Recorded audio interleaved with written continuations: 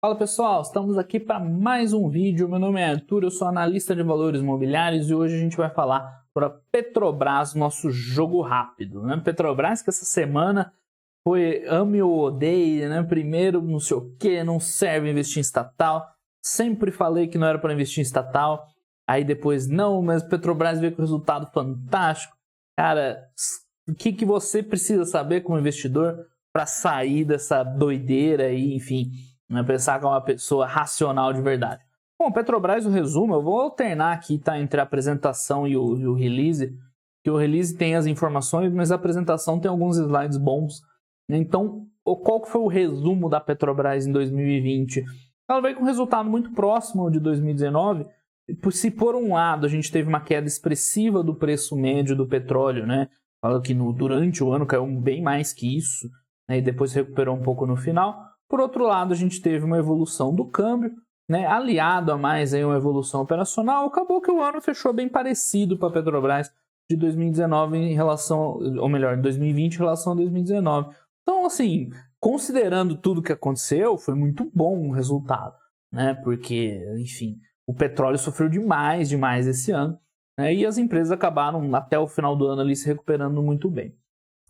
No release, eu recomendo vocês lerem aqui a mensagem do presidente, tá? Tá muito bom, muito bem escrito. Coitado do presidente, né, que vai sair, felizmente. Mas a cartinha dele aqui é excelente. Eu não vou passar porque senão não termina o jogo rápido. Já faz duas semanas que eu tô fazendo jogo rápido meio comprido. Mas leiam a carta aqui, explica bastante sobre a mentalidade da Petrobras, né, daqui em diante, enfim, o que é importante para ela. Tem vários vídeos no canal, quem não acompanha aqui há muito tempo, vou colocar depois os cards aí em cima, né, mostrando o que a gente espera da Petrobras para o futuro. Ela está num claro negócio de desinvestir dos ativos non-core, e aí quando eu falo de non-core é basicamente fora do pré-sal, porque o pré-sal é muito rentável. Depois eu mostro um slide ali para a gente ver. O pré-sal é uma fábrica de dinheiro para a Petrobras.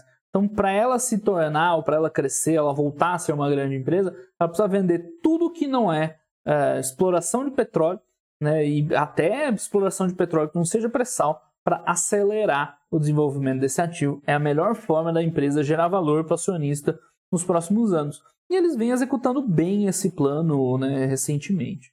Aqui, voltando a falar do resultado, a gente vê aquilo que eu falei, né, o 2020 fechado, ficou bem próximo assim a 2019. Em parte, o preço do petróleo atrapalhou muito, né? O lucro recorrente ele ficou abaixo, porque ao longo lá do ano, né, os prejuízos foram muito grandes. Mas no final do ano recuperou bem, né? Então, se a gente olhar aqui, a Petrobras está bem posicionada, principalmente para 2021, voltar a ter resultados fortes. Muito porque o Brent médio, o preço do petróleo no quarto trimestre de 2020, ficou uns $44 e hoje ele está a 60 e bastante, né? Beliscou uns 70, voltou um pouquinho hoje o preço do Brent. Então, 2021, Petrobras entra muito bem posicionada para ter um resultado bom já. O quarto trimestre, eu já vou explicar para vocês, não foi grandes coisas, tá? Ao contrário aí do pessoal que só lê a linha de baixo aqui, lucro líquido, foi 60 bilhões de lucro líquido. Mas de verdade, né, tem vários pontinhos para a gente destacar aqui. Então vamos adiante, né? Resultado por produtos, nada demais, né? Uma queda. O principal, esse gráfico aqui é legal para ver de onde vem a receita. Então presta atenção, receita da Petrobras. Ela vem principalmente dos derivados, o diesel é o principal, mas gasolina, GLP, enfim, outros. Por quê? Isso que a Petrobras produz, extrai o óleo e, né, como ela tem todo o parque de refino, ela refina para vender para o consumidor final. É por isso que há tanto alvoroço quando se fala sobre intervenção na política de preços de derivados, né, gasolina, diesel, porque é onde está a receita da empresa. Mas guarda essa informação, é a receita dela. Tá?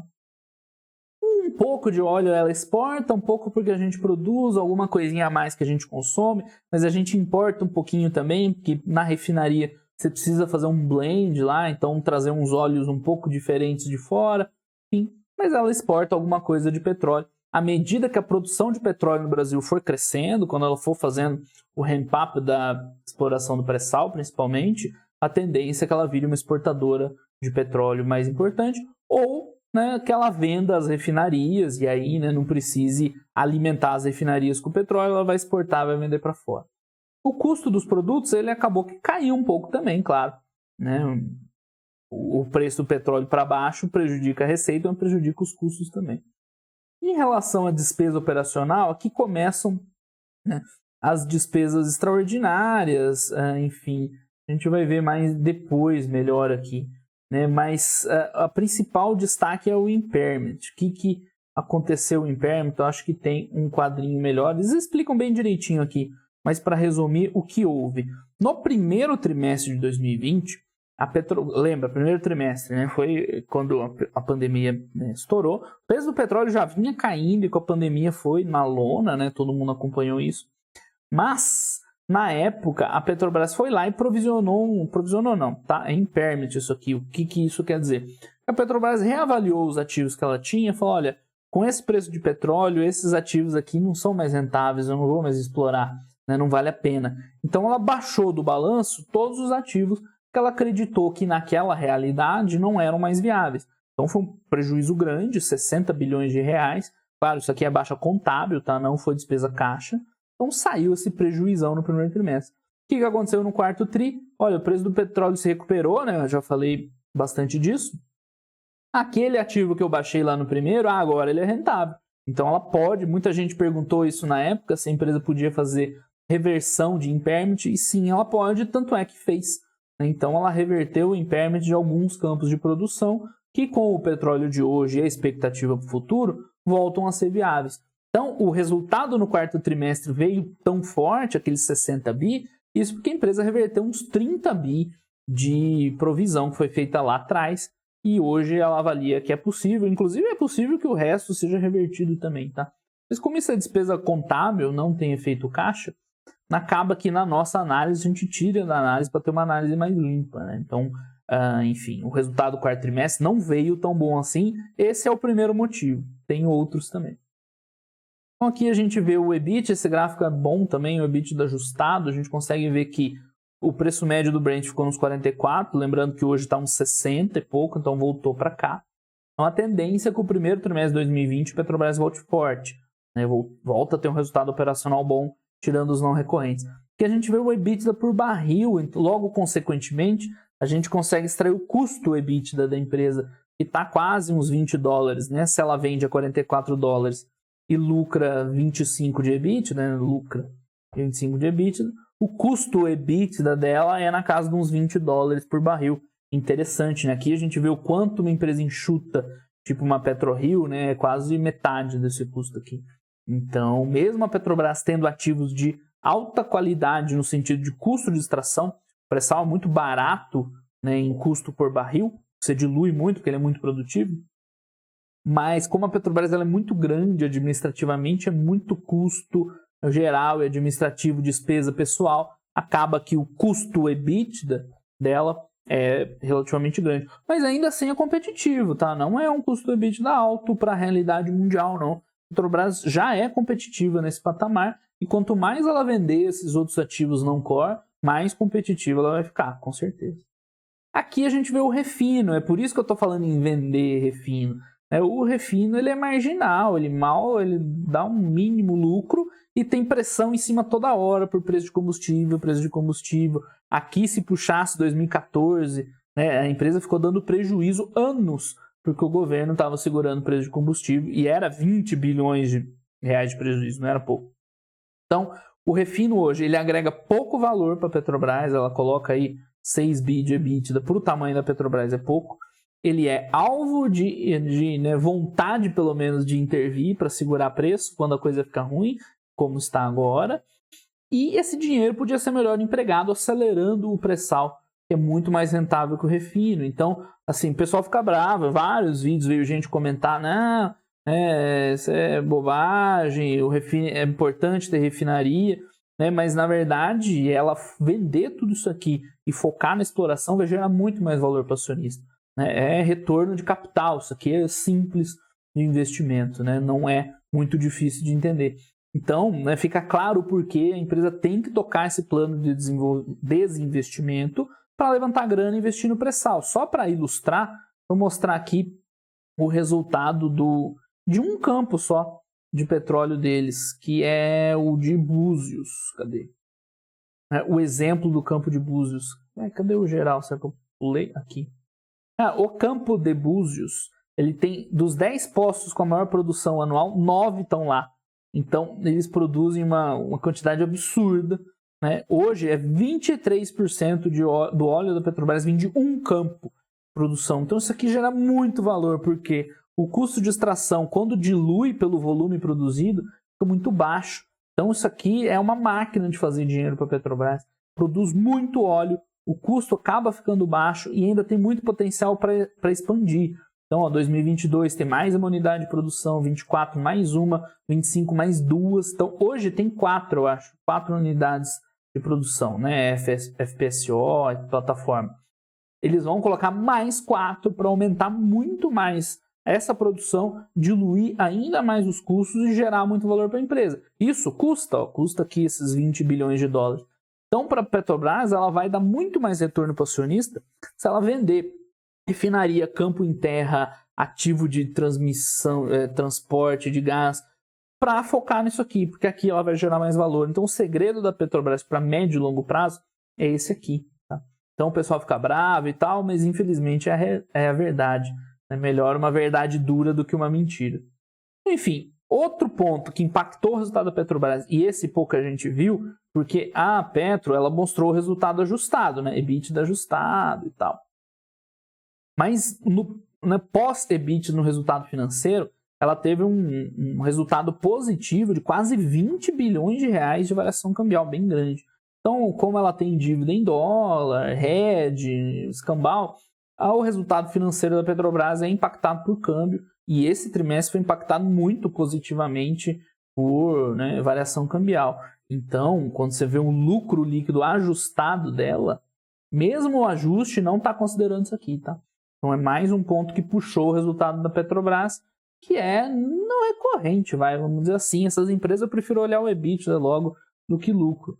Então, mesmo considerando o lucro líquido recorrente, ainda tem aquele impacto cambial, tá? Então, por isso que eu falei, o resultado do quarto tri não veio assim, aquelas coisas. Apesar do primeiro trimestre de 2020, deve vir muito bom, porque o preço do Brent subiu demais, né? Enfim, aqui tem aquilo que eu falei, o lucro líquido 60 bi, mas tem 40 de não recorrente e ainda assim não está contada a variação cambial, tá? Então, Petrobras já se recuperou, está com resultado bom, né? Não está fantástico, mas está o primeiro trimestre de 2021 tem tudo para vir muito forte. Né? O EBITDA recorrente aí veio de 35 nesse trimestre, tem tudo para vir assim acima de uns 45, quase uns 50. Né, se não tivermos nenhuma surpresa, o que seria um up de resultado muito bom. Enfim, temos investimentos, vamos terminar, né? Porque o jogo rápido, vocês não se sigam me cobrando. Aqui está o que eles estão querendo vender. Então, a Petrobras está vendendo de tudo e que nós vamos achar uns ativos conhecidos, né? A TAG, que está lá na Engie, né? Uma empresa controlada pela Engie, a Liquigás, que a Itaúsa acabou de consolidar, Campo de Frade, que está lá com a PetroRio. Então, né, quem acompanha aí o mercado já está por dentro disso. E assim, isso aqui foi o que entrou em caixa já, né? O que já fechou. E é isso. A Petrobras, para o médio e longo prazo, ela tem que continuar vendendo tudo que não é core, que são essas coisas aqui. Campo em terra, transporte, Liquigás, que é distribuição, campos maduros, para focar em pré-sal, porque é lá que está a maior geração de valor para o acionista. Inclusive, ela está vendendo outros ativos aí e tal. As refinarias é chave, porque não só vai tirar um negócio que acrescenta pouco, mas vai diminuir muito essa questão de intervenção, né? Porque se a refinaria não estiver na mão da Petrobras, é muito mais difícil do governo intervir pensando em preço de combustível, né? Então, para mim, isso aqui é o ponto-chave dela. Todos os investimentos são importantes, mas esse é especialmente importante. E tem outros que a gente está acompanhando aí, tipo a Albacora, né, PetroRio? Destaque aí para a Albacora Leste. Quem sabe vem uma surpresa boa para a gente. Então, acho que era isso. O release dela está bem explicadinho. Aqui a gente vê a evolução do fluxo de caixa. Né? Teve um EBITDA de 140 bi em 2020. Foi bem bom para o ano, né? Considerando. Então, deu para pagar bastante financiamento, deu para tocar os investimentos. Né? A Petrobras já está num ponto legal, mas a gente quer que ela gere cada vez mais valor, né? A dívida dela nem está tão grande, está bem razoável. 2,2 vezes o EBITDA ajustado, mas lembrando que o EBITDA foi bem impactado ao longo de 2020, então daqui para frente ela deve ter um EBITDA mais alto. E aqui está contando dívida de arrendamento, tá? Que para mim isso aqui nem é dívida. Então se descontar o arrendamento, tá até bem tranquilo o ponto de endividamento dela. O desinvestimento não é nem mais para pagar dívida, é para acelerar esse desenvolvimento do pré-sal, aquelas plataformas que a gente viu, aqueles campos que a gente viu lá. Ok, pessoal, acho que tá bom, né? O jogo rápido já ficou comprido demais. Então essa é a Petrobras. Em relação a 2020, foi um ano, dadas as circunstâncias, bom, mas o quarto trimestre é sempre assim, tem um 8,80 e né, sempre a verdade está mais para o meio. Então, assim, não foi um quarto trimestre fantástico, a gente viu os não recorrentes, né, da reversão de impairment e de resultado cambial, mas foi um ano muito bom, 2020, dadas as circunstâncias. Primeiro trimestre de 2021 tem tudo para vir muito bem, porque o Brent está lá em cima, né, voltou a ficar acima de 60, batendo $70 por barril. O câmbio até desvalorizou um pouco, então o operacional no curto prazo vem bom. E no longo prazo está o outro lado do 8,80, né? A gente vai ter provavelmente mudança na presidência, se não mudar a política de preço de combustível, né? Não ficar dando prejuízo no refino. E não interromper esse plano de desinvestimento, de levantar capital, cara, tá bom. É claro que é sempre uma situação ruim, né? Ter essa instabilidade, mas o foco está no resultado, no operacional. Se não mexer nisso, a Petrobras vai entregar resultado. Então, o acionista de verdade, de longo prazo, que analisa a empresa a fundo, não se perde nessa, o cara falou não sei o que, o outro falou não sei o que lá, cai 20 num dia, sobe 10 no outro. Não, você foca no longo prazo. Dá uma certa incerteza, mas tem que ver o que vai ser feito. Se eles se meterem na política de preço, começar a dar prejuízo e frear esse desinvestimento, aí sim tem que reavaliar o investimento. Se não mexer nisso, não tem porquê. Está cumprindo o plano dela e o resultado já começa a aparecer. Em 2021 tem tudo para aparecer de verdade. Beleza, pessoal? Então é isso aí. Esse foi o jogo rápido, não tão rápido assim, da Petrobras. Podemos discutir mais aí na terça. Quem tiver dúvida aí, coloca nos comentários para a gente debater. Se tiver algum ponto-chave, eu complemento nos áudios aí no canal do Telegram para quem se inscrever lá. Beleza, pessoal? Então era isso aí. Grande abraço a todo mundo e até os próximos vídeos. Valeu!